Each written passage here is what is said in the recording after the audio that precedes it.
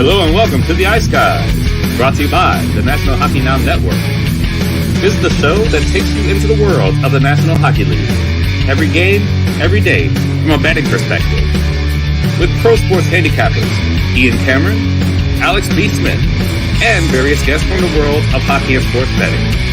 And now, here's your host, Ian Cameron.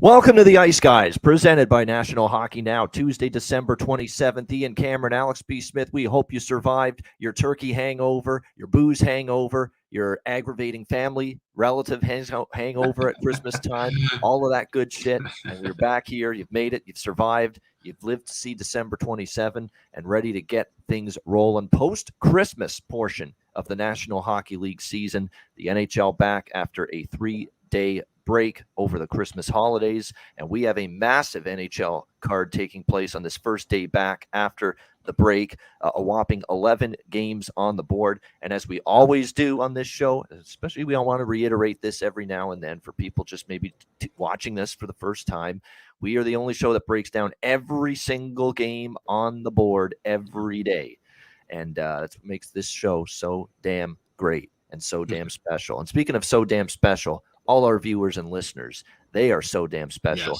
in our eyes and in our hearts, and we appreciate them. Look at them already flooding our live YouTube chat as we do this show. They're already fired up and ready to go post-Christmas break, and we appreciate that very much. Before we get into the card, just Alex, how was the Christmas holiday for you, and ready to rock? It was nice. We dealt with a lot of cold. Didn't get the snow that I know a lot of people are dealing with. And thoughts and prayers are with everybody who's been affected, especially in that Buffalo area. Another Sabre game canceled, which is super unfortunate, too, because this is a team that we all kind of really liked, getting on a nice little roll. And now having these delays, could come back to bite them later down the line, depending on how they wedge them into the schedule, of course. But obviously other more important issues to deal with in that part of the country. But it was a nice time. Nice to have a couple of days off of hockey. Nice to recharge. And it's funny, somebody mentioned in Twitter yesterday, I think it tagged both of us, and kind of asking, like, what do you expect to see for the first couple of days?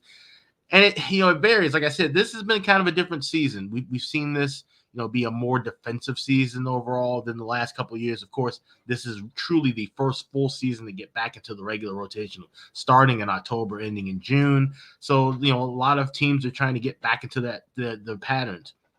We may not see the same things that we've seen in recent years coming out of the break. And I would tell everybody to kind of tread lightly. That's going to be the kind of the mantra of today's show on my end. Tread lightly, stay away from those big favorites. Almost treat this like a second opening night for certain teams. There's a couple of teams that I'm not going to bet on that I'm circling to watch to see how they respond out of the break, because I think they needed the break. Colorado will be one of those teams I talk about. So that's the thing. This is kind of we got to read and react a little bit before we just jump right back in. But this is the time of year, though, once we do finally read and react, we'll be firing, left and right. This is, getting toward that second half of the season, which I love. Me, somebody who plays a lot of regulation draws. We see a lot of teams that are fighting where every point counts, and they're not going to put themselves in position to get out of there with zero. Sometimes they might go in and force that OT, get that 1 point in the standings. That is very important now. So we get to, watch the standings, and teams are chasing others right now. It's not so much about the individuals. There's a lot of scoreboard watching that's going to be coming up more and more as we move forward. Yeah, there's no doubt as we're getting to that point where, and it's getting there. We're not there yet, but when All-Star break arrives, it's really going to feel like it, that the push for the playoffs is going to begin. But you're right, as the season gradually goes along, the games get more important and the points become more important for sure for all of these teams. So it's going to be interesting here. And this is, again, you're going to hear a familiar theme as I break down every game. When I give you the analysis from my end on each game, I'm going to be giving you the 3 days or more of rest stats for these teams, because every single team on the NHL board is playing on extended rest today. Obviously, you've either not played since last Thursday or last Friday in every instance. So we're going to know, we've got at least some teams that have got at least a handful of games this season where they've played on extended rest, which is considered 3 days or more. And those stats will, again, you don't blindly bet games based on that solely and only that, but it's definitely a piece of the puzzle that you can use in your handicapping here on this first day after the break. And yeah, I remember years ago, Alex, when we came out of the Christmas break, we actually had a very sloppy, very high scoring first day or two after the Christmas break. But I think there's also been an instance, I think just recently, the last year, and I remember the schedule has been all over the place because of the pandemic the last 2 years, where it wasn't quite the high scoring onslaught coming out of the break. So that's why it's good on a night like this to pick your spots and make sure that you're using fundamental matchup handicapping too in your repertoire tonight. Don't just say, oh, it's the first night after the break, this is going to go over, this is going to go under. No, look at the series history, look at the form, look at obviously injuries, matchups, goalies, all of that. You've got to do your regular matchup handicapping, I find. You've still got to do that, even in these odd situations where you've got teams coming out, every team coming out of a break. Yeah, you use pieces of the puzzle to incorporate that in your handicapping, like the extended rest stats, momentum to and going into the break, coming out of the break. But at the end of the day, it's the matchups and Team A versus Team B. You can't forget that fundamental breakdown in your handicapping. Yeah, absolutely. That's a very good point. And as someone who's a situational based handicapper, like I said, there's more work to do on a night like this. And like you said, it's not hard work. It's work you should be doing anyway, but you have to focus more on what's, taking place in the recent future, not looking at the long term, and just kind of understanding that, tonight is truly the adage of, one game at a time. This is definitely, I said, the first 3 days out of a break. You have to take this one bet at a time. If you're a better or handicapper, you have to just kind of say, okay, this is where they're picking up from, but let's see what things are going to move forward. Like we talked about it at the end of the break. We talked about how teams, Chicago was a great spot because they don't want to go into the break on a losing streak. That doesn't mean they're going to come back out and say, hey, we won the last game. Now let's go win 8-9 in a row. And conversely, a team that had been rolling hot like Minnesota doesn't mean that all of a sudden they're going to go back into a losing streak because they've been off. Like I said, everything it's a case by case basis, and it's more important to watch and learn in these first 3 games than just fire away blindly. That's exactly right. And with that in mind, it is time to start breaking them down here. 11 games for this Tuesday, and we'll begin with the Boston Bruins taking on the Ottawa Senators. Boston minus 195 road favorites, 6.5 the total in this game. The Boston Bruins are going to hope that the pre-Christmas part of their schedule is just a harbinger of things to come for the post-Christmas portion of their schedule, because this was really hands down October, right until we finished up before the Christmas break. One of the best teams in the National Hockey League. They finished the pre-Christmas schedule, winning 4 straight, 3 at home against Columbus, Florida, and Winnipeg. And then they go on the road and they beat the New Jersey Devils 4-3. Did have to hang on a little bit as the Devils made things very interesting in that third period, but the Bruins hung on and got that 4-3 victory. Bruins top the Atlantic Division with 56 points. How about the number 1 goal differential in the NHL, plus 56 for the Boston Bruins. So they have been obviously very good at both ends of the ice. They've been excellent offensively. They've been keeping the puck out of the net defensively. The goaltending from specifically Linus Ullmark has been absolutely outstanding this season. And Jeremy Swayman, though, will be in between the pipes tonight for the Boston Bruins in this game. That is a confirmation. And he hasn't been nearly as good as Linus Ullmark, but the numbers are still solid, and they can clearly still win games with Swayman in net. 7-3 in his 10 starts this season, 2.65 goals against average, 898 save. The save percentage isn't the greatest, I will say that, 898. But he has kept the goals against at a solid level. 3-2, by the way, against the Senators, but 3 goals against versus Ottawa in his career.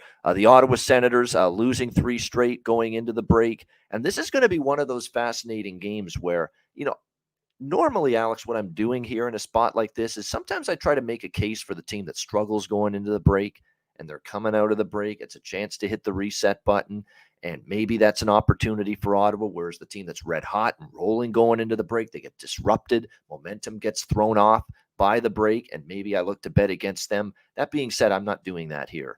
I'm not going to be looking to do that here. It's just Ottawa's got too many issues, in my opinion.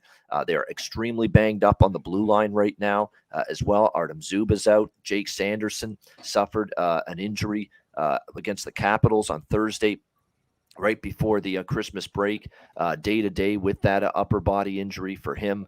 The good news is for the Ottawa Senators, and another heart in your throat moment is Thomas Chabot got banged up in one of those games too, but he is fine. He will be in tonight for the Ottawa Senators, but they're dealing with a little bit of a banged up blue line. No question about that. And does concern you when you're going up against a team like the Boston Bruins. I remember these teams played obviously earlier this season in Ottawa, and it was a wild one. And that's putting it mildly. It was the Senators who caught the Bruins on the second of a back-to-back, and I think it was the Bruins' first loss of the season, if I'm not mistaken, when they lost to the Ottawa Senators way back on October the 18th, 7-5, and they caught they caught Boston in the perfect spot. Yeah. And I think I was on Ottawa that night as a home underdog in that game, or Ottawa was actually favored in that game, but now I was on Ottawa, I remember it, and it ended up being 7-5. I mean, Boston got off to this pitiful start, but they chipped away. They actually tied the game. It went back and forth, and Ottawa eventually, in a high-scoring affair, outlasted the Bruins by a score of 7-5 in that game. But they did catch, obviously, like I said, the Bruins on a back-to-back situation. The Senators were rested. Swayman was in net that night, and it was a rough night for him. So this is going to be a chance for redemption possibly for him going into this game. This is one where I definitely have a lean over the total, either a Bruin team total over or maybe even the full game over, because given, Ottawa's success, against Boston and the success against Swayman in particular in that 7-5 game, maybe an opportunity for Ottawa to contribute on the scoreboard as well in this game. And I certainly don't trust Ottawa to keep Boston held down. We're talking about a Bruins team that going into the Christmas break, they scored 18 goals in their last 4 games combined. So obviously had no issues lighting it up and finding the back of the net. The power play was on fire for Boston as well. And actually the power play was very good for both of these teams going into the break. So special teams good on both sides. Maybe a little sloppy affair. Again, a shorthanded blue line for Ottawa. We talk about how that's usually an over situation, at least in my opinion. So I do have a small, I'm keeping things a lot smaller tonight on the card overall, but I do think the over could be something to consider here with Bruins and Senators. I did play it over 6.5. What do you think here, Alex? Bruins, Senators. So yeah, I'm taking kind of an NFL approach to borrow a little trend from our old friend Teddy Covers. He always would like to say, if you like a team one week and you have a chance, bet them again the next week, or fade them tonight and fade them the next week. Well, I'm going to be on Boston, but I'm also kind of looking to fade them tomorrow, because tomorrow's spot in a second of back-to-backs playing against New Jersey. If you remember, the break ended with them winning against New Jersey 4-3. They routed off 4 goals in the second period, but New Jersey fought like hell to come back and make that game a lot closer. Almost forced overtime. So what I like here, I like Bruins team total over 3.5 minus $1.20. Like you said, Ottawa's got a ton of problems. And I do remember that game that you mentioned at 7-5 game. I actually had the over in that. So that was a nice cash. But I think Ottawa's not going to be able to handle Boston. I think this Boston team, someone mentioned it in the chat about Pittsburgh being a veteran team used to the rest. I think Boston's in that same boat. They, going to know how to handle coming out of this break well. So I don't want to lay a high price even in regulation. I'm going to go team total over 3.5, but I'm also going to look to take New Jersey at even money tomorrow. I can grab that right now at Bet Online. I think that this will be a good Boston game. They'll put in some effort, but I think it might be a little bit of tough sledding having to head right back to Newark in a game against a team that they almost blew a lead against, and a Devils team that really desperately needs to get back in the right way. So that's what I'm doing. 2 plays for the price of 1 right there. Yeah. It's a good point by Ray. It's true about the travel situation. All road teams flying to their game this morning, basically early this morning. Part of the new bargaining agreement is that no travel pre-game day during the Christmas break. It's 3 days and you're at home. You're at home Saturday, Sunday, Monday. Every road team flying out bright and early this morning, day of the game, essentially, to play tonight. So doesn't mean, hey, fade all the road teams, but obviously it makes their situation at least a little bit more difficult. Yeah, it's a little more different. And that's why I said at the beginning of the show, this is more of kind of like a second opening night feel, because that's usually the only time, the beginning of the playoffs or the beginning of regular season, the only time you usually see teams flying to a venue day of the game and kind of starting things over. So. Yeah, first period overs in particular tonight, maybe. I mean, is that where teams are going to be at their most vulnerable, most problematic in terms of handling the puck, turnovers? The brains aren't totally screwed in yet, following the Christmas break. Definitely potential. Yeah, I that's wouldn't good talk potential. anyone out of a first period over, not like hammer the board with them, but if you want to put a small parlay together of first period overs, it's not a terrible, horrible idea in my opinion. Tonight's a real good night to look for them live, because based on the board and what I'm seeing, I haven't seen anything higher than minus $1.50. There's a couple of twos, of course, with teams that deserve to be at 2, but with the 1.5, I'm seeing some cheap prices between minus $1.25 and minus $1.40. Haven't been able to say that in a long time. Yeah, no doubt. All right, Chicago and Carolina here. Look at this price. Minus 460 here on the Carolina Hurricanes as home favorites, 6 being the total in this game. Anyone buying that Peter Mrazek, facing his former team, fired up, going to shut out the Hurricanes? Anybody? Anyone? It's like Ferris Bueller. Anyone? Yeah, no, I guess not. No, and I don't trust him either to do that. Now, there is that angle into this matchup, and Mrazek is confirmed as the starting goalie for Chicago. He will be up against his old team. Definitely something that I'm sure will instill some excitement. Want to play well. Everybody wants to play well, but everybody doesn't always play well in these situations. And if there's someone you shouldn't trust necessarily to play well against his former team, it's Mrazek right now. He's just been not very good. We know that. He struggled since returning from his one of millions of groin injuries that he seems to have suffered. Is what it feels like over the last few years. It's been a rough go for him.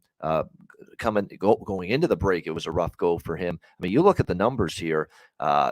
Winnipeg start, he gives up 7, Dallas 5, Boston 6, 7 to Washington, 3 goals allowed to Minnesota, 4 to Nashville. In his most recent start that they lost 4-2 against the Predators. I mean, it's just been really, really tough for him. The numbers are ghastly. 2-8, 4.22 goals against average, 874 save percentage. It's been rough. There's no question for Peter Mrazek. And it's been rough, obviously, for the Chicago Blackhawks. That being said, we did see this Chicago team step up, snap their very rough 8-game losing streak, and they did so at home against Columbus 5-2. Great call by Alex. That says sometimes Alex knows his team well, and he said that was the time to bet them. And sure enough, they got it done 5-2 against the Jackets on Friday night. That being said, it was the returning Alex Stalock in net Friday night for the Blackhawks. Played pretty solid, 2 goals allowed on 29 shots. Not bad at all, especially considering how much they've been giving up goals lately, the Chicago Blackhawks. But now you go back to Mrazek, whose confidence has been shot, essentially by his recent play. And Carolina going into the break. Now, does the break throw off their rhythm? That does concern me a little bit. I mean, 8 straight wins, playing some great hockey, complete hockey. Their offense is rolling, especially the last portion of that win streak where they scored 5 against Dallas, 3 against Pittsburgh, 4 against New Jersey, 4 against Pittsburgh, 6 against Philly. You saw this team play well down the stretch. I know Rod Brindamore wasn't thrilled with the way they finished the game against Philadelphia, and rightfully so. They had a big lead. They almost let it get away from them. I think they're going to want a better 60-minute effort tonight. I don't feel great about anything in this game. I mean, I certainly did want to bet the team total for Carolina, but it's 4.5 at most books. The only thing you could maybe look at is if you want a little extra security on that, you could get it at 4 minus 120 at BetMGM. We've talked about BetMGM all the time when it comes to betting team totals. You get those half goal increments when you bet team totals at BetMGM, and you can find Carolina there over 4 minus 120. It's about the only thing I'd consider in this game would be that bet over 4 Carolina team total. But other than that, nothing much. What do you think here, Alex? Yeah, it's funny because I was looking at that too, and I'm thinking, do I really want to just go at 4? Because this could easily be a 3-0, a 3-1 game, and that's what it feels like in my gut. So the thing I might look for, I do like it. It's Hurricanes first period puck line, laying a half a goal at plus 100. We've talked about it ad nauseum how the Hawks just don't show up in the first period. They did get the first period over and the cash, like I said, in that game against Columbus, but that was an isolated spot. That screamed Hawks win at home. Now we get back to reality. They've lost 6 of the last 7 against Carolina in Carolina, 16-5, the Hurricanes, the last 21 meetings against the Hawks, they have dominated. There's a reason for this price, but no reason to lay this kind of chalk. Just try to look for Carolina, team totals live. Even look for, like I said, maybe first period over live. Wait for that 138, 140 to drop down to even money and jump in on that. I could easily see this being a 2-0 Carolina lead. So I just want to attack this in game. Don't want to take any full game looks. And like I said, I had a feeling they were going to play Mrazek in this spot against his old team. I don't think it's going to mean much. He just looks so out of sorts, and maybe the rest helped him, maybe not. That's one of the things I do want to look to see. If he still looks like he's in bad form and is still kind of struggling to, cover from post to post, and his movement hasn't improved, then that's something, we continue to look at the Hawks the same way and continue to fade him. Yeah, no question about that. I do want to point something out here, though. I do like Max Domi tonight for Chicago, again, against his old team. Remember, part of that Carolina team last season. Remember the Game 7 he played against the Boston Bruins? Yeah, and now he gets to face his old team tonight as a member of the Chicago Blackhawks. I think his props are worth a look here in this one. I think that's an angle that's worth consideration. It's not like I expect Chicago to fire a bunch of pucks in the net tonight against this stingy Carolina team, especially if we see Pyotr Kochetkov, but that's not a certainty. It could be Ranta because of his connection, obviously, in the past to being with Chicago. So it's very possible Rod Brindamore rolls the dice and gives the old veteran the start tonight, Antti Ranta, for the Hurricanes. It hasn't been confirmed yet, so it's definitely something you want to keep an eye on prior to puck drop. Yeah, that probably makes more sense. I think Ranta's record, I have to look it up. I'm pretty sure he had a really good record against Chicago in his career. I'm just trying to bring that up now. At the same time, Pyotr Kochetkov has a connection to Chicago, not the Blackhawks, but Chicago playing the AHL there, of course, last season. And he got the start in Chicago and got the win, so that's a point as well. But Antti Ranta, 4-1-1 with a 1.48 goals against, a 954 save percentage, and a shutout. So I would not be shocked at all to see Ranta get the start over Kochetkov tonight. Yeah, that would not shock me either, no question. And definitely something to keep an eye on. Sebastian Aho, just like, look, they were winning without Sebastian Aho, and of course now they've got him back in the lineup. He returned in the game against Philadelphia, the final game before the Christmas break, and now this team is pretty much about as healthy as you can ask for up front for the most part, other than Kasha and Pacioretty, who've been out all year. So this team definitely is ready to roll here for the moving forward post-Christmas break. And, I certainly think the Carolina first period puck line. I mean, I know Chicago snapped the ugly trend of the opponent cashing the first period puck line earlier on, but definitely, against Columbus, I should say that finally we saw a Chicago opponent win in the first period, but that's probably few and far between. Columbus is horrible right now. So I say, I always say, you're not out until you lose two. Right? You're not out until you lose two in a row. If you've been riding something, you don't jump off, and probably until you lose at least two in a row. So I say, that's probably the best way to go about it. If you're going to find any kind of bet that's worth making on Carolina tonight, it would be first period puck line for sure, especially given Chicago's struggles, in the opening period as of late. All right, next up, we've got Washington and New York. Capitals, Rangers. Rangers minus 155, home favorites, 6 the total in this one. I mean, I'm going to probably lay off the side here as far as I'm concerned, and the total for that matter. It's probably going to be a stay off type of game for me. It is worth noting this has actually been a kind of an under series history recently. The last two meetings have gone under, both of them won by the Rangers. The Rangers are a team that got their game back definitely prior to the Christmas break, going 8-1 rather in their last 9 games. But how about Washington? 9-1 in their last 10 games before the Christmas break. So you have two teams obviously playing extremely well right now. This is more of a prop game for me. That, obviously they're this is also a game too where when you look at this matchup, both teams can play either way. Could be low scoring, especially when you've got the number ones in net on both sides, Darcy Kemper and Igor Shesterkin, both confirmed as the goaltenders here in this game. But nevertheless, I mean, it's not like Kemper's completely found his game since returning from injury. He only had the one start since his recent absence against Ottawa. Gave up a couple of goals in that game. Shesterkin playing a little better, obviously, right before the Christmas break. But, hasn't been that brick wall he was much of last year, and especially in the playoffs. So I do think there's a potential we could see, a couple of these goal props that I'm looking at in this game hit. And the number one that I'm prop that I'm looking at from the New York Rangers tonight is the young kid Vitaly Kravtsov. This is a great situation for him. He's been going to be moving up to that top line spot. It was a spot that Jimmy Vesey had for a period of time, and he actually made the most of it. You would see Jimmy Vesey actually scoring some goals there, producing points for the Rangers, playing with Zibanejad and Panarin on the top line. Well, now it's Vitaly Kravtsov's opportunity to be on that top line for the New York Rangers tonight against Washington. So Kravtsov props make a whole lot of sense to me in this one against Washington tonight. And look, he's actually a player that's, I think, earned the promotion. He's been noticeable lately. He's been, getting some production going for this New York Rangers team prior to the Christmas break. If you actually look at it, he scored a couple of goals there. He's going to get more opportunity now here on the top line. So Kravtsov, you can get in terms of his props tonight. Goal prop is at plus 525 at Caesars.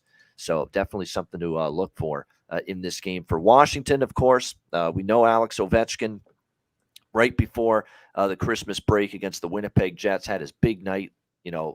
Mark Howe was the Howe brothers were in attendance there to see it, breaking Gordie Howe's record, getting the 2-goal performance. Fitting one of them was in an empty net, honestly, with just how common that has become for Alex Ovechkin, finding the empty net with so many of his goals.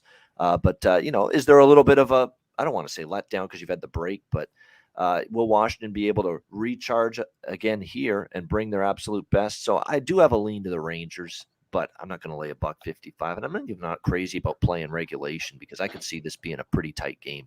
What do you think here, Alex? Washington Capitals, New York Rangers. Yeah, I'm actually leaning toward the draw here. I could definitely see this being kind of a tight battle, and of course, looking at Ovechkin props, maybe looking at over 1.5 points. I still think we're going to see that residual of Ovechkin's going to find guys open, and other guys are going to be able to score. I mean, we saw it before he got the empty net goal. I don't know if you watched that game and watched that sequence.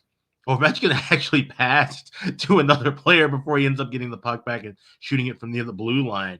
That's just got the kind of player he is, and that just shows you that how incredible this 802 mark really is for him, because he's a guy who is not just shoot first anymore. We saw this evolution in his game now. He can find guys open. He understands that he's the top guy on the ice, but in knowing that, he realizes, hey, they're going to double team me sometimes. They're going to, have more pressure, more eyes, more active sticks on me. If I can find a guy wide open, I'm going to do that. So I still wouldn't count out looking at Ovechkin assist props, 2 assists or a game, over 1.5 points. Of course, that, covers him if he gets a goal as well. So that's going to be something I'm just going to kind of look at here and there with Washington moving forward. But it's just a lean with a draw, nothing official on a big card like this. All right, lean to the draw here for Alex with the Capitals and the New York Rangers in this one. There's someone I think I was talking about too for the Rangers that's actually Barclay Goodrow has actually made the most of an opportunity lately too. He was moved up the lineup as well, although he's back down to the 4th line tonight for some reason. He's getting demoted again, but yeah, so I'd stay off that now. He's not going to obviously get that same ice time as a result. All right, Pittsburgh Penguins, New York Islanders. We've got the Penguins minus 135, road favorites here, 5.5 being the total in this game. You've got the Penguins that were playing some excellent hockey themselves right before the break, 8-1-1 in their last 10 games, although they did have a tough setback against Carolina. They lost to Carolina in Carolina last weekend, then got them again in Pittsburgh, and they were up 3-2. Carolina ties it late and then wins in overtime. Very disheartening for Pittsburgh, losing 2 games to Carolina within that 1 week span. They did beat the Rangers 3-2, though, as well, the first time playing the Rangers since that 7-game playoff series loss in the first round last year. The Penguins definitely surging. Can they get that rhythm and that confidence and that, that overall game back once again following the mini break here? That's always the concern with backing teams that were red hot going into the break. Can they get it right back again? The first game after the 3-day Christmas break, that's going to end up being the question here. Islanders not playing so good going into the break, 2-5 in their last 7 games. and they beat Vegas, and they beat a struggling Florida team. Very good win against Florida, but Florida's definitely not playing great hockey right now, especially defensively at the moment. And the Islanders took advantage of that with a 5-1 victory in that game. To me, it's a Pittsburgh lean for sure. I think minus, like, the price has gone up. That's the problem. Good on everybody betting it at even money, because look, this open, actually, a lot of the books posted lines for this card on Christmas Day. And of course, Christmas Day, you're with family. You don't get it. You're not looking at the live odds screen for hours on end on Christmas Day, obviously. Usually. Yeah, usually, yeah. Unless you've really got no family life or life in general going on. But nevertheless, that open minus 110 to minus 1 at minus 110, minus 115. I really like Pittsburgh, and they're a bet of mine, absolutely, at that price. But now you're talking minus 135. You're talking about a team that you worry that the break stunts some of their momentum, and again, you got the road team traveling the day of, laying a price. Islanders aren't horrible. But I definitely lean Pittsburgh. I just don't love where the price has gone. I would only look at the Penguin side, and it is worth noting. I know Terry Edelman's banging this drum. Ilya Sorokin's not been good lately for the New York Islanders. There's no question his play is diminished. His play has declined. He's on a bad skid overall. If you look at the starts coming into tonight, he's actually dropped. He was on going into that Florida game. Ilya Sorokin was on an 8-game losing streak in his starts, and he snapped that with the win against the Florida Panthers. But he has not played as well lately. There's no question in net for the Islanders, whereas Jari has been pretty solid throughout much of this great run that Pittsburgh put together before the break. So, yeah, I definitely lean Pittsburgh. I just don't like where the price has gotten in this game. What do you think here, Alex? Penguins, Islanders? Yeah, I like this over at 5.5. You only laying $1.20. And somebody mentioned yesterday about looking at this from a live over perspective, which, of course, that's been my kind of circle spot for Pittsburgh for quite some time now. But we don't even have to wait for it. I mean, you can if you want to really get a plus price, but I probably would recommend this going over 5.5. And I don't mind laying $1.20 here. Like I said, Sorokin's been off, and Pittsburgh's a veteran team. And the Islanders are, for the most part, a veteran team, too. I don't think these two teams are going to have issues getting geared up. I think they're going to be fired up right away, and we should see some goals here. So maybe if you look for anything in-game, I'd probably look for a better price in the first period over. But I think this goes over 5.5, so that's the only thing I played. All right, like an over 5.5. And, that's, again, and you talk about the Islanders, and for a long time we considered them an under team. And you actually look outside of Colorado, on December 19th, where the Islanders lost in a shootout to the Avalanche 1-0. I mean, we've seen the over going into the break was 4-0-1 in their other 5 games. Boston, Arizona, Vegas, the Rangers game all went over the total. The Florida game had 6 goals. It was a push, but 6 will get you over this total here at 5.5 tonight. So the over, definitely, I could see it. This is not that same, just tighter than a duck's ass defensive-minded hockey team from the New York Islanders. Not quite. I mean, that's still, they play that way, but I think Lane Lambert lets the offensive guys go a little bit more compared to what we saw under Barry Trotz. And we've definitely seen some evidence of that. So I like where you're thinking there with that over 5, and especially now that it's dropped. Well, it's actually opened 5.5, and it's basically stood pat right around 5.5 at most books. So Alex liking over 5.5 here at a pretty good number. All right, Minnesota Wild, Winnipeg Jets. We've got Minnesota minus 120, road favorites, 6 being the total in this game. The Jets 12-5 at home this year.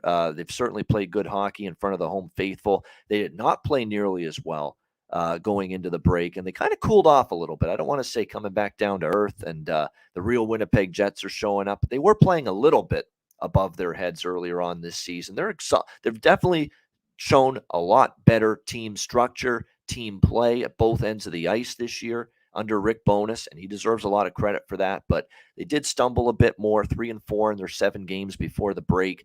The victories coming against Nashville, Vancouver, and Ottawa. Little sisters of the poor element there, unfortunately, for Winnipeg. And the losses before the break, Washington twice, including, of course, the night where Ovi passed Gordie Howe right before the break. They lost to Boston, where they had a 2-0 lead. They couldn't hold it.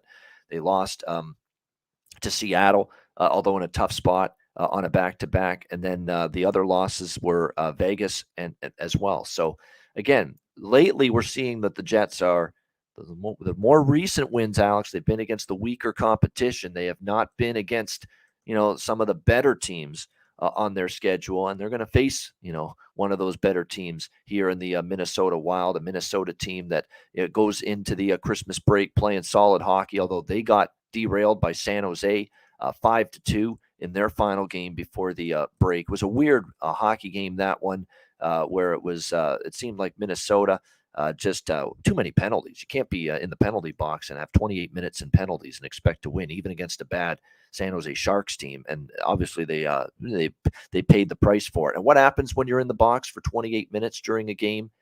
Your top guys don't get going. They don't get in the flow. They don't get in the rhythm. They don't get the ice time they need to be at their best. And it just puts you behind the 8 ball when you're killing penalties that long in a hockey game. You don't believe me? Just watch that debacle from Canada at the World Junior Hockey Championship last night. You can't be in the penalty box that long and expect to win a hockey game. And Minnesota found that out against the San Jose Sharks right before the break. As far as goaltenders here, it looks like Hellebuck confirmed for the Winnipeg Jets. No confirmation yet on the Minnesota side. And it is worth noting this team, does have Schmidt, Stanley out on the blue line. They've got Wheeler on IR. Ehlers is closing in on a return, but not ready for one yet. And their young, up-and-coming forward, who's been getting a lot more ice time, top 6 role. He's been featured in a top 6 role lately, Cole Perfetti. He's going to miss at least the next week or so with an upper body injury. So some lineup shuffling coming along here, obviously, for the Winnipeg Jets. And I think that opens the door for some prop opportunities here, because you got Morgan Barron on the second line. You got Jansen Harkins moving up to the second line for the Jets. Remember, he's actually the brother of Tyler Harkins, who's joined us as a guest on this show in the past. Jansen Harkins, second line for the Jets tonight. Adam Lowry moving up to the second line, and Rick Bowness going with a Kyle Connor, Pierre-Luc Dubois top line here tonight, along with Morgan Barron, it looks like, as well. Actually, he's changed things up a bit. It looks like there's been some changes since. There we go. Kyle Connor, Pierre-Luc Dubois, Mark Scheifele on the top line, loading up the top line, essentially. I mean, that's basically the 3 guys that have been outstanding for the Jets all season. And Rick Bowness is putting them all on the top line, loading it up tonight for this game against the Minnesota Wild. So it'll be interesting to see how that plays out here in this one. I really am at going back and forth here. I find that definitely there's a little bit of value toward Winnipeg here. I mean, you got a good home team. You got a team that's actually beaten Minnesota 2 times in a row on home ice here in Winnipeg. But at the same time, the Jets didn't play good against the better teams going into the break. They are banged up a little bit. So it's, again, one of those games where I feel there's some value in this number and this price with the Jets. They've won 2 in a row at home against Minnesota, whereas they've really struggled, obviously, in Minnesota over the years. So I kind of lean Jets, but I don't know if I love it enough to pull the trigger on it tonight in this one. The over could get there, though, 6, and we do have a series history that points toward more high-scoring games with the Wild and the Jets in recent head-to-head meetings. What do you think here, Alex? Minnesota, Winnipeg. Yeah, it's funny you mentioned about how people, may or may not be looking at these numbers a little earlier. I actually played this a couple of days ago. I like the Jets at even money. And, Minnesota has struggled in Winnipeg, lost 9 of the last 11, even though this is kind of a back and forth battle. And these are 2 teams that, went into the break. Minnesota was playing well. They've won 7 of the last 10. Winnipeg losing 5 of their last 8. So they probably needed to break a little bit more. I still think Minnesota is going to make a run and be a playoff team. Don't know if it's going to happen night 1 right out of the break. So I like Winnipeg here in this spot. I think it's a good price. Winnipeg, and again, 12-5 is the record for the Winnipeg Jets at home. Again, I'm concerned that, again, down the stretch, or going into the break, we saw this team not beat the better teams. They did early in the season, though, so we'll see if they can get back to that level. If you still look at Winnipeg, even with not quite playing as well the last week or 2 going into the break, there's no doubt this team looks just way more together, and just their team game top to bottom, offense, defense. Hellebuck's still been solid in net. He's had a good year. They're way leaps and bounds ahead of where they were at any point last year, where things were just completely crumbling for the Jets. So we'll see if the break gets them back in a positive direction starting tonight here against the Minnesota Wild. We got almost 200 live viewers on YouTube. We appreciate that very much. Hit the like button. We will be back in just a second or two with the second half of the Tuesday NHL card. But first, we'll pause to hear from our great sponsors at Gramco. All right. Whether you or your team's game is on the field, screen, racetrack, or the ice, Gramco is for the game. Grown by farmers who spent years developing premium hemp genetics, Gramco provides customers with consistent quality Delta 8 products ready for any occasion. Gramco currently offers numerous Delta 8 products such as vape cartridges, disposable vapes, pre-rolls, gummies, wake and bake coffee, and more. Gramco offers an enjoyable legal high delivered discreetly and directly to you, and is also available at many American retailers as well. Get the best Delta 8 cannabis products on the market shipped quickly and discreetly from Gramco. If you visit www.thegramco.com, use promo code ICEGUYS, you get 25% off of any order, and all orders on the site that are $50 and higher are shipped free with standard shipping. So live elevated with Gramco and check out their wonderful Delta 8 products today.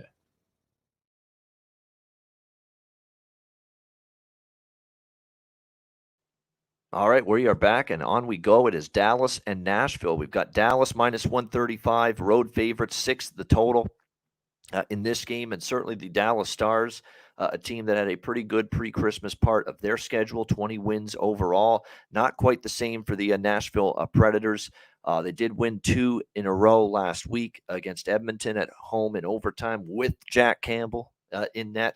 And then they beat Chicago, which isn't saying a whole lot. And then, of course, they faced Colorado at home, who've been obviously not exactly dominating teams lately. A lot of Colorado's games have been tight, close, and they've just been squeaking them out and getting the victory in those games. And Nashville ends up losing to them 3-2 in their final game before the Christmas break in overtime. If you're Nashville, you're probably thinking, are we ever going to beat this Colorado team? They certainly have given them their fair share of troubles. We'll see how Nashville fares tonight against Dallas, who, again, going into the break, they kind of were up and down a little bit. 4-2 in their last 6 games, losses to Carolina and Edmonton, but they did bounce back, beat Montreal.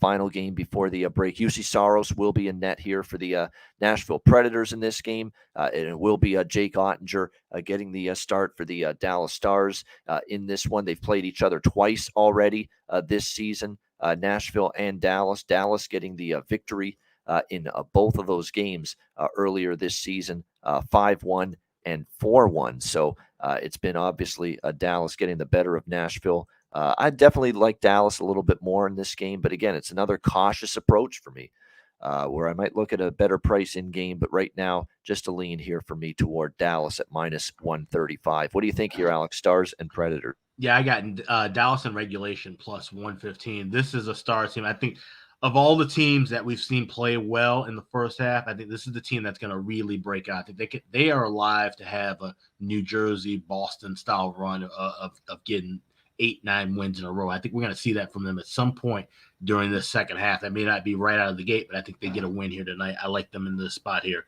So they played Nashville tough. I think this is a team that definitely could have used the rest for sure, especially Jake Ottinger, guy who, like I said, was kind of a bit out of sorts, had been banged up. Getting 3 days off and more likely going to see him start. I think this would be a good spot for him and that team. Get a win against the division opponent. All right, like in Dallas here, and getting it in regulation for a little bit of a better price here, Alex, with the Stars taking on the Nashville Predators. There's not a whole lot I'm going to do with this game from a prop standpoint tonight, although Dallas, the one person I'm going to throw his name out there again, damn it, Wyatt Johnston, man. He's only 19 years old, and it's incredible to see how this guy is playing for the Stars. He's now scored in 3 straight games, points in 3 straight games, and he is definitely going to be on my prop card tonight. You better believe it.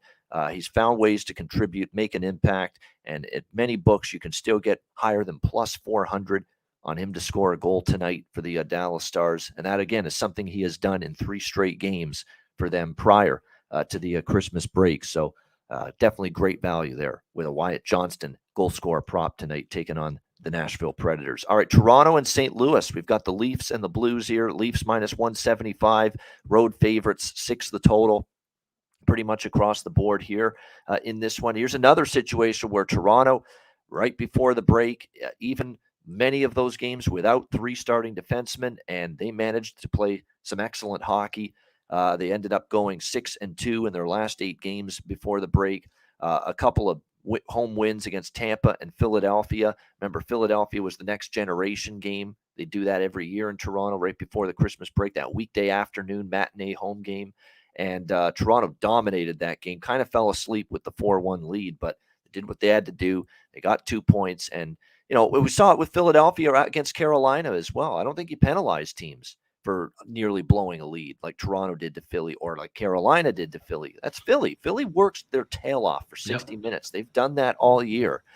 So I think you credit Philly more for, not holding the tent down multiple goals than you'd blame Toronto and Carolina for blowing leads in the third period of those 2 games. So I don't fault Toronto for that. They're playing great hockey. I certainly like their form more than St. Louis going into the break. And here's the fascinating thing about St. Louis, and I've said this repeatedly about the Blues on this show all year. When they're winning, you bet on them. No question. When they're in the middle of a winning streak, you ride them because they can get on a red-hot streak as a team, and they've done that all year. They've been probably the streakiest team in the NHL. But when they're on a losing streak, it seems like they just keep losing. Yeah. So they will reel off a 6-7 game win streak, and they could just as easily drop 7 or 8 in a row. They've done that repeatedly this season. So now the Blues lose 2 in a row going into the break against Seattle and Vegas. So now they're on the downslope again. And so I'm not exactly rushing to bet St. Louis. That being said, holy mackerel, you are not getting any sort of value or bargain with the Leafs by any stretch of the imagination. You're talking about them against a St. Louis team that for years has at least been, playoff caliber team, won a cup a few years ago. They've certainly had their ups and downs, a roller coaster ride of a season so far. But here are the Leafs laying $1.80 on the road against the St. Louis Blues. That's like a year or 2 ago, you'd have Toronto laying these prices against some absolute bottom feeders in the NHL on the road. St. Louis has definitely got their issues with consistency, but they're certainly not a bottom feeder. They're certainly not a horrible team by any stretch of the imagination. Oh, and they get the guy that's carried their offense for many weeks now back from injury tonight in Jordan Kyrou. He's expected to return tonight for the Blues in this game. So as much as I don't want to fade Toronto right now, I'm also not going to get involved with them in any form here. Money line, regulation line is not exactly great price either, value laden. So I'm not going to look at, I'd look at a Toronto team total maybe over. I'd look at definitely the full game over. I like that because I think the Blues could find the back of the net here. They're going with Ilya Samsonov tonight, the Leafs. And if you actually look at his last, and I'm surprised by this because they've been going back and forth. Matt Murray one game, Ilya Samsonov the next, but this is actually going to be back-to-back starts because Samsonov got the Philadelphia game right before the break. And if you actually look at the way he's played, Samsonov the last couple, not nearly as good. He's been off his angle. He's given up some bad goals. There's a couple goals against his old team, the Capitals. He should have stopped them. And the Philly game was not his best either. So Blues could probably find the back of the net here. And as good as the Leafs have dug in defensively during this run, you could see the Christmas break kind of leading to a little lax defensive effort possibly tonight from Toronto. So I like the over here, over 6 with the Leafs and the Blues. And another recent series history where the over is cashed between Toronto and St. Louis. 3 straight head-to-head meetings have gone over the total. Alex, what do you think here, Leafs and Blues? Yeah, this game's going to be a pass for me because it makes sense to look toward the over if you're going to play anything in this game. But like I said, sidewise, I don't trust St. Louis even at this this big plus price. Definitely can't lay 175 or 180 with Toronto where they've lost 8 of the last 28 meetings against the Blues. So that's going back away, but still laying that kind of a price on the road, usually not a good idea, but especially when you have a trend like that. This is a complete stay away game as far as side goes. Total, maybe watch it and see what the pace is like and maybe even get a better adjusted number live. And Jordan Binnington in net for St. Louis. He's obviously had a up and down. He's been all over the place this year. 12-13 record, 3.14 goals against average, 896 save percentage. And he's actually not played well against Toronto in the past. This is actually a Leaf team that's done very well against Binnington. So another factor in me pointing toward goals tonight in this matchup between Toronto and St. Louis. This might be one where I'll probably split it with the Leaf team total over 3.5 and the full game over 6. A little bit of both for me in this one. All right, Battle of Alberta. How about that? weird scheduling. It's kind of weird. I mean, you're just coming off the Christmas break and you throw the Battle of Alberta out there here. The first game for both of these teams off the break, Oilers and Flames. Calgary minus 150, home favorites, 6.5 being the total in this game. Obviously, the Calgary Flames have been all over the map with their first part of the season prior to Christmas, but they did win 3 of 4. Granted, San Jose twice and Anaheim. How excited do we get for those being the 3 victories for the Calgary Flames before the Christmas break? That being said, the offense is starting to get going again for the Flames, and that's been obviously an issue earlier in the season when they were going through their streak. They weren't necessarily playing horrendous defensively. Their goaltending was kind of erratic with Markstrom in particular, and to a lesser extent, Dan Vladar. But a lot of the problems during the struggles of Calgary earlier this year was just the offense dried up. There was just not a lot of production. But you're starting to see Calgary get that side of their game going a bit. They scored a grand total of 18 goals in their last 4 games, I should say, combined before the break. So a good sign there that they are starting to get revved up offensively. We'll see if they can carry that over here, but minus 150, no thanks. I know they're starting to get their offense going, play a little bit better, but minus 150 against a very capable Edmonton team, not something I'm interested in. The Oilers, 5-2 loss to Vancouver, not a good performance from them. That's concerning. I'm not pushing the panic button with the Oilers yet, but I took them against Dallas, knowing that they hadn't lost 4 in a row yet this year. They were on a 3-game losing streak going into that game. They played a hell of a hockey game against Dallas, that 6-3 win. And it's a sign that, okay, you played one of your better games in a while. You're supposed to return home, not fall flat. You're supposed to return home with confidence and beat up a Vancouver team that's been struggling all year, that's awful defensively, that's on a back-to-back after a massive comeback the night before against Seattle. You're supposed to pounce on a team like that. And to see them not do that, or actually they did, they actually got off to a 2-0 first period lead. Then they fell asleep. And you give up a goal early in the second, and you let Vancouver hang around, and then Vancouver took over that game as it went along. So very disheartening to see Edmonton really unable to string together any extended degree of consistency and success this year. Just hasn't constantly been there for the Edmonton Oilers. So I think you've got Calgary, and talking about how they went through a brutally tough road-heavy schedule, a lot of games in a short period of time. I think the break absolutely, Alex, comes at a great time for Calgary. Darryl Sutter was talking about it repeatedly in the games in his press conference following each game right before the break, talking about, we need a break. We've played a lot of games. They're grinding. They're just trying to get through it all. So the Christmas break definitely should have a re-energized Calgary Flames team tonight, but not at minus 150. And I think Edmonton's not feeling too good about laying that clunker against Vancouver. So I expect both teams to bring it. That has me going over the total in this game, 6.5. They're both trending that way. Edmonton has gone over the total, 5-0-1 in their last 6 games. Calgary has gone over the total in 5 of their last 6 games. The Battle of Alberta has been largely high scoring, dating back to March of 2022. Trace it back to that point, and you see that the over has cashed 5 of the last 8 meetings between these two teams. There was a 7 in there, and we got 7 goals. So really 6 of the last 8 meetings have gotten to 7 or more goals head-to-head. So that's what I'm looking at more than a side, is over 6.5 here with Edmonton, Calgary. Battle of Alberta, Alex, what do you like? Yeah, I'm staying away from my side, too. I love this first period over. Edmonton, 9 in a row. Calgary, 12-2 the last 14. And 5-3 the last 8 meetings between the two teams. We know, like I said, this is a heated rivalry, one of the most heated rivalries in all of hockey. A lot of, pushing and shoving after the whistles. A lot of 4-on-4 opportunities, power play opportunities. I think we're going to see goals here early and often. So getting 2 at even money, going to go with Oilers Flames over in the first period. All right, there it is. Oilers Flames first period over here for Alex in the Battle of Alberta. All right, Colorado and Arizona. Dylan Dubé, folks. I don't even need to say it. You guys know. Dylan Dubé, man. Get on those props for him. He's been absolutely remarkable and still underpriced in the prop market compared to Lindholm, Toffoli, everybody he's playing with. I don't even mind Big Luch, and if you want to sprinkle on him, since he's been moved up to that second line, he's had chances. to put the puck in the net. But certainly number one option is Dylan Dubé. You could get plus 320 for him to score a goal. He's only minus 120 to get a point. And if you want to go power play point, he's been clicking with the man advantage a couple of times as well, plus 400 to get a power play point. So all those Dubé props, we've been betting them before the break. We'll get involved in it once again following the break. All right, we've got Colorado, Arizona. Colorado minus 220, road favorites, 5.5 the total in this game.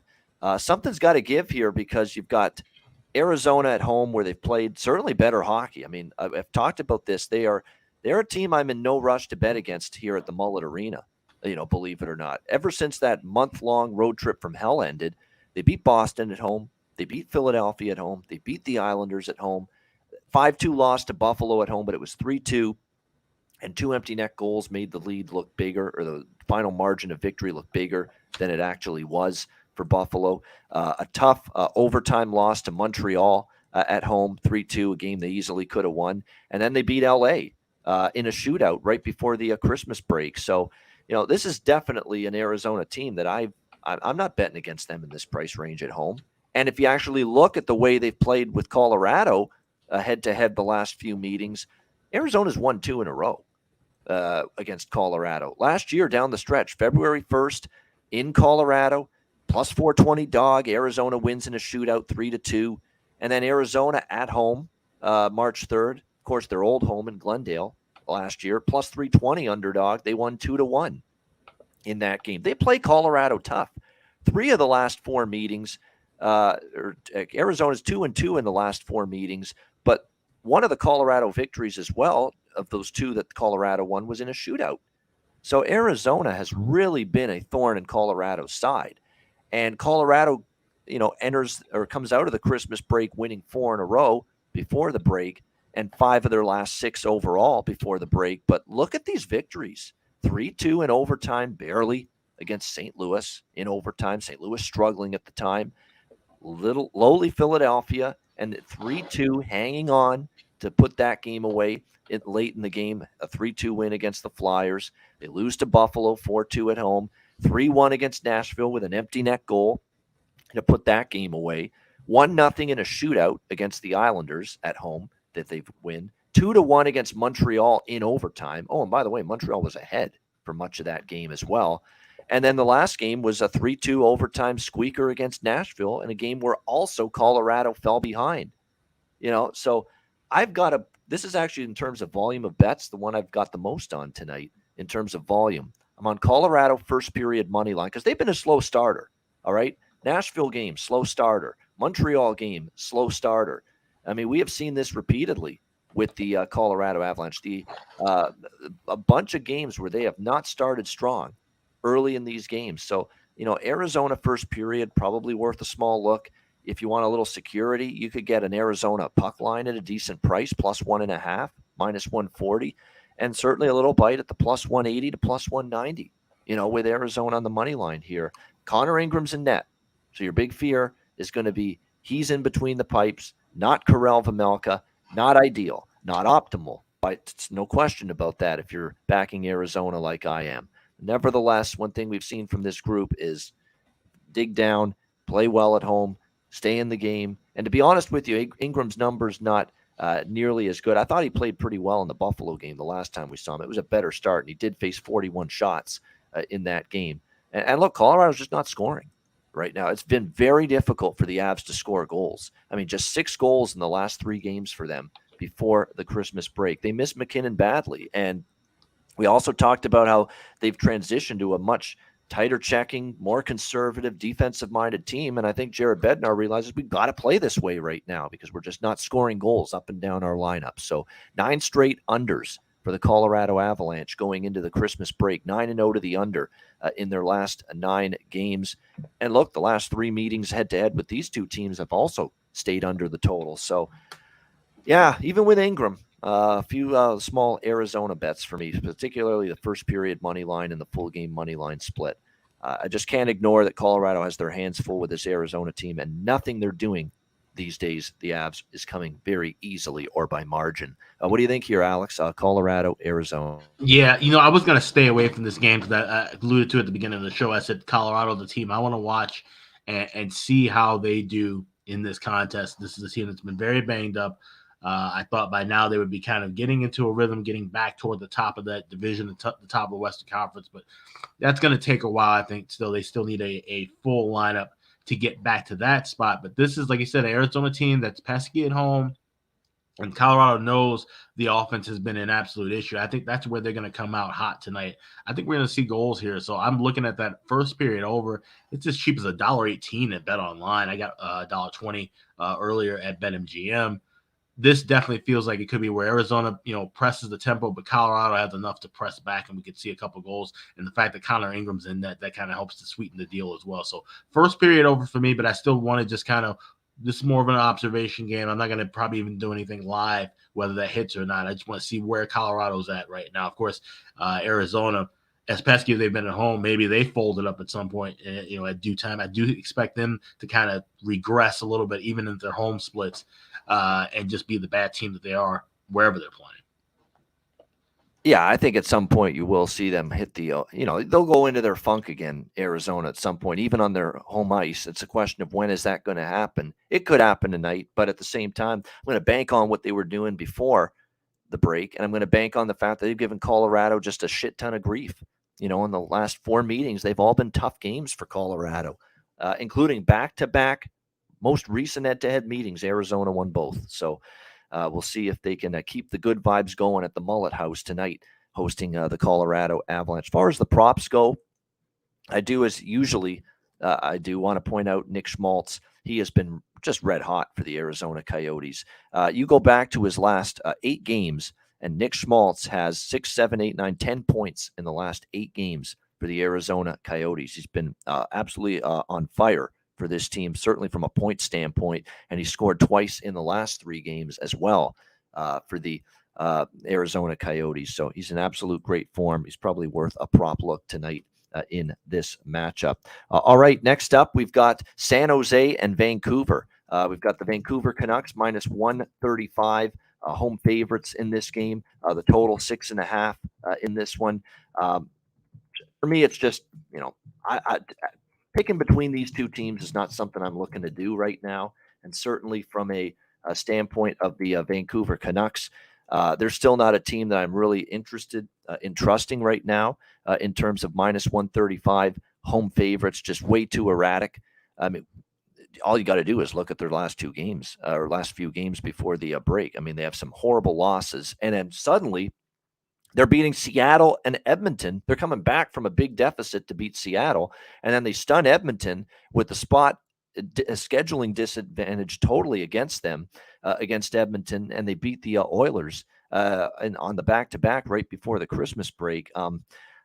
But at the same time, here's Vancouver. They've still got to show it at home. I mean, I know they finally won a home game, but they came back to beat Seattle to do it. They didn't exactly start well in that game. That's the problem. They're getting behind in every home game. What's not a crazy thing to consider is San Jose to score the first goal tonight. They have just been remarkably horrendous, Vancouver, in terms of giving up the first goal on home ice. They've done it so many times lately. It's just been a repetitive, recurring issue for this team, and we'll see if they can fix that here tonight and moving forward. Coming out, maybe the break is going to be what fixes the slow starts for the Vancouver Canucks at home. But certainly, if you look at form going into this game at home, falling behind at home was a recurring theme for the Vancouver Canucks before the Christmas break. I'm just sticking to the total here and looking over the total. I mean, you've got 2 teams that we know they can light it up offensively. We know neither one is trustworthy defensively. We don't know who's in net for San Jose, but whether it's James Reimer or Kaapo Kähkönen, it's not like either one's playing great at the moment. It will be Spencer Martin in net for the Vancouver Canucks.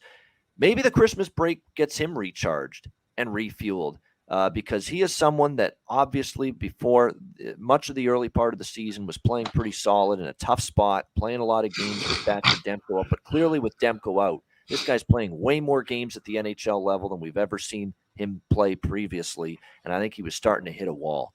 You'd noticed there was a noticeable decline in Spencer Martin, I think the last week or 2 before the Christmas break. And you look at the numbers, he hasn't given up fewer than 3 goals in any start since December the 3rd.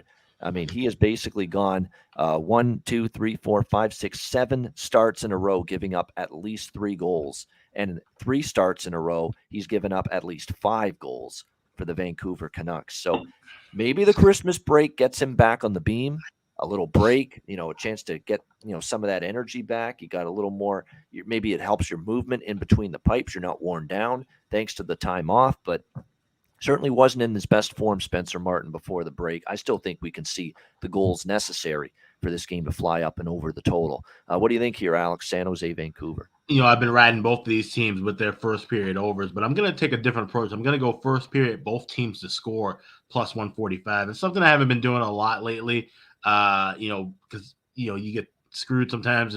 One team gets 2 goals, the other team gets nothing. So this is one of those spots where I feel confident enough. Like you said, Vancouver's had issues where they've given up the first goal, but they do have enough to punch back, especially against this San Jose team. San Jose's numbers have been great. 5 straight first period overs cash before the break.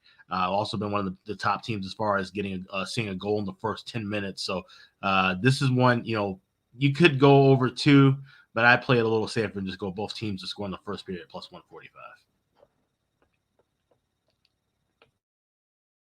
I like that approach as well, San Jose, Vancouver. And that's a good thing to do. I mean, especially the only thing you always fear, like if I'm going to go both teams to score first period as opposed to over 1.5 in the first period, is you fear, okay, 2-0, obviously, you'd cash over 1.5. You wouldn't cash both teams to score. But I think in this instance, there's a relatively solid chance for both of these teams probably to find the scoreboard.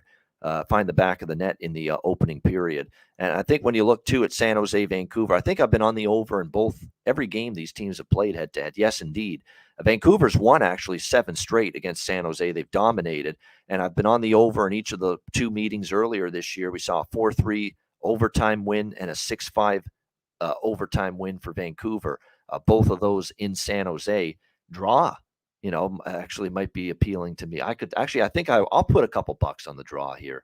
I absolutely will. Actually, if you look at the series history, 3 of the last 4 meetings have gone to overtime or a shootout. So I think the draw is worth a look here with the Sharks and the Canucks tonight, and certainly like over 6.5. Again, both previous meetings this year between these 2 teams have gone over the total. All right, final game of this massive Tuesday card, Vegas Golden Knights and the Los Angeles Kings. We've got LA minus 115 to minus 120 home favorites in this game. The total 6 pretty much across the board here in this one. I like LA here, actually. I like the Kings here in this spot. I mean, I think this is this opportunity for them where they didn't exactly play, great hockey. I would say they didn't play great hockey about the last month and a half prior to the break. But going into the break, we started to see things, come back together again for the Kings. About the resilience they showed against Calgary, where they got off to the quick lead and Calgary tied it, and they still battled back and they found a way to win. Overtime was a good win for them. They beat up on obviously Anaheim and San Jose. It doesn't show you much, but they had a huge win against Boston, 3-2 in a shootout against the Bruins on the road right at the end of that road trip. I think it's a sign that the Kings are starting to pick things up again. Their defensive game slowly improving as well, which is good to see. That had been an issue, keeping the puck out of their own net for a long period of time. And look, Phoenix Copley is the better goalie right now for the LA Kings than Jonathan Quick. The numbers prove it. I don't know if it's a confidence issue with the team, but they've played with a lot more confidence with the puck. With Phoenix Copley, believe it or not. Gentleman's Apparel. There's actually Copley Men's Apparel store in Southern Ontario. I always call him that. Phoenix Copley Men's Apparel here. He's been excellent. The win-loss record, 6-1 for Phoenix Copley. That's 7 starts for the LA Kings, 6-1, 2.49 goals against average, 910 save percentage here for him in these outings. He's played very solid in net for the LA Kings. And I'll repeat, with the Vegas Golden Knights, they are a beaten-up hockey team right now. With no Zach Whitecloud, with no Shea Theodore, 2 of their starting defensemen still out. Jack Eichel still on IR.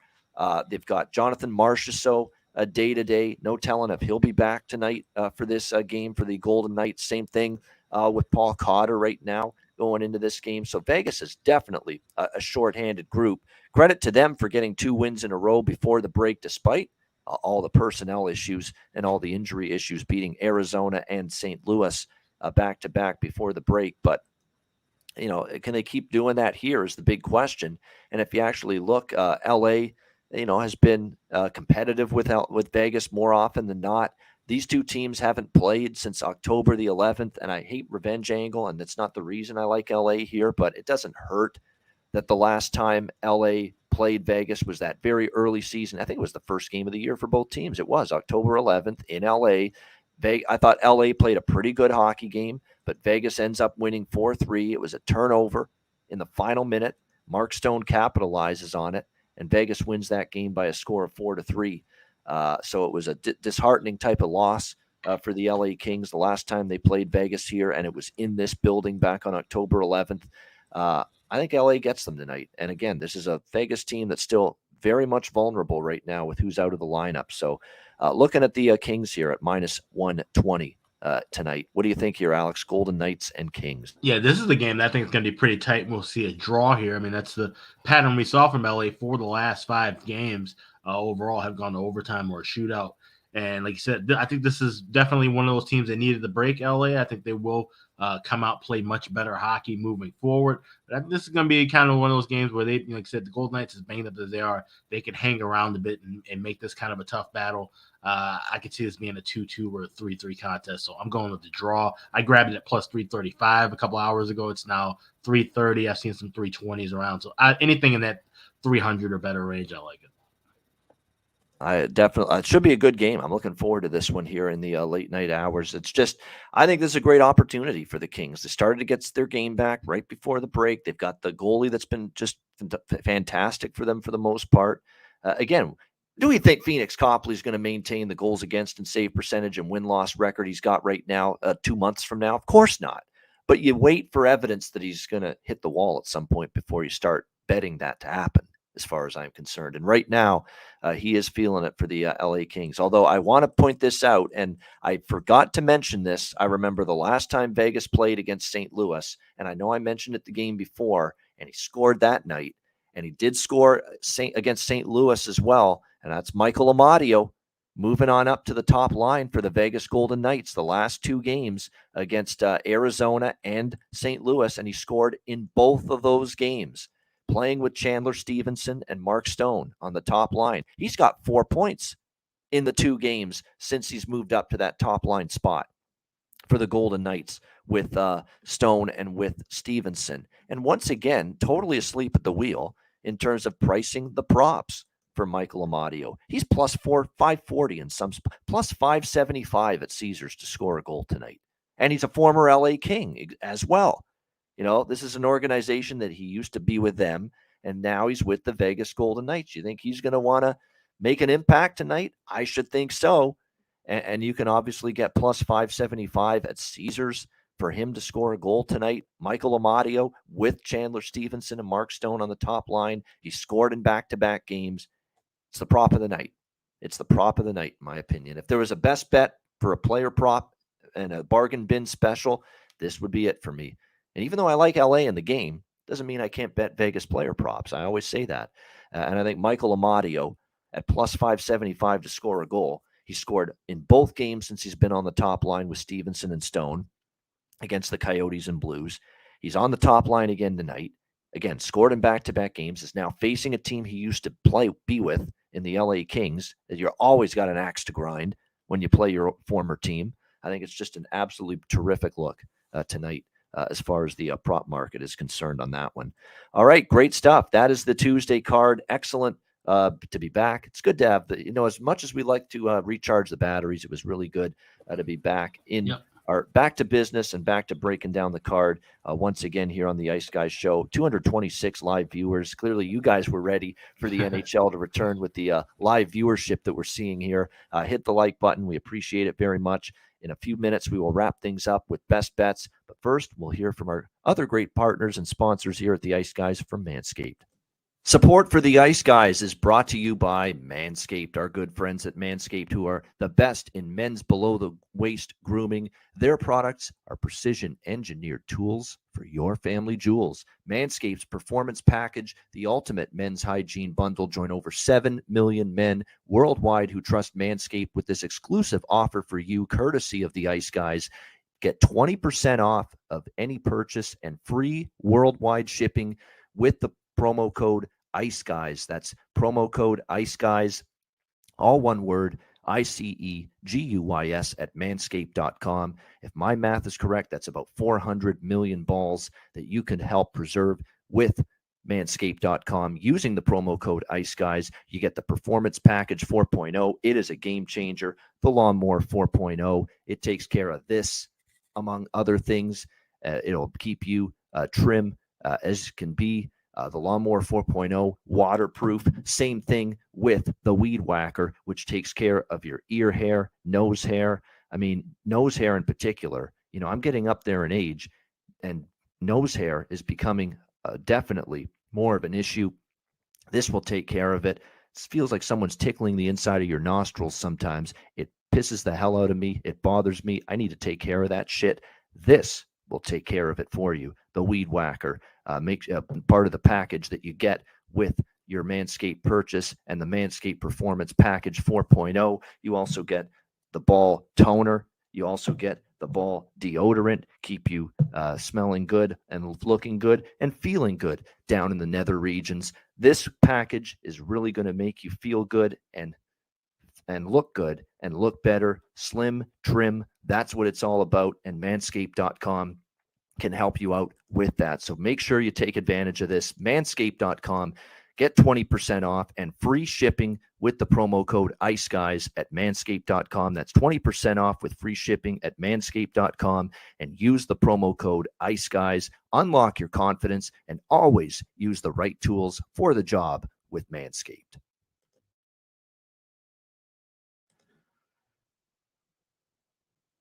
You know what the great thing about that ad is? I've got time to rock a piss now on this show. I love it. I mean, I just literally got back from the washroom. I went so long on that damn thing. Now it's like, hey, I got my new washroom break now on the show. Nice. Yeah, a coffee break or whatever. It would probably be a smoke break too if I smoked. But that's not the case. But it's nice to know I've got that opportunity afforded to me now with that ad on the show. All right, great stuff. Best bets. Hopefully, we'll rock the best bets as well as other things here on this Tuesday.